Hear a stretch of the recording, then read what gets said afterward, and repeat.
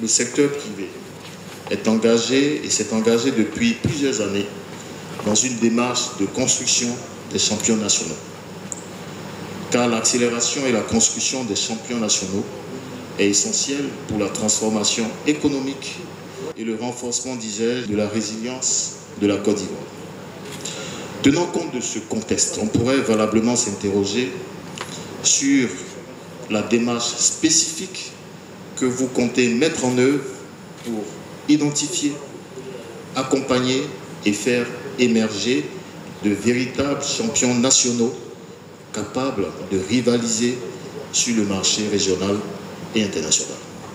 Nous n'avons pas aujourd'hui en Côte d'Ivoire un fonds souverain qui soit capable de garantir le financement de notre pays. Et donc la première décision, c'est de mettre en place un fonds souverain qui évidemment va récolter les excédents de tous les différents secteurs d'activité.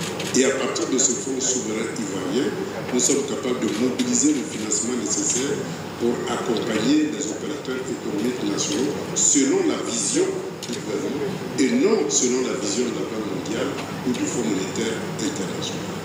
Parce que lorsque on emprunte sur le marché international, ce qu'on constate, c'est qu'on réinvestit dans le secteur non productif, directement non productif, c'est-à-dire les infrastructures, routes, échangeurs, etc., etc. Eh bien, pour nous, il faut investir dans les infrastructures économiques.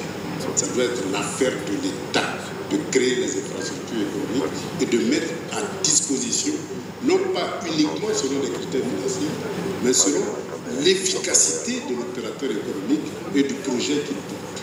Mais si nous voulons être compétitifs au niveau international, il faut une zone franche, des zones franches.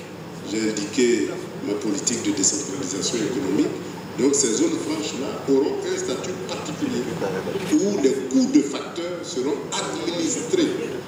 Et donc l'accompagnement de l'État doit être non seulement sur le plan financier, ce qui est fondamental, en mettant en place des fonds de garantie liés à ces différentes zones économiques et ces zones franches-là, mais en même temps en accompagnant les opérateurs économiques dans la certification de la qualité de leur production.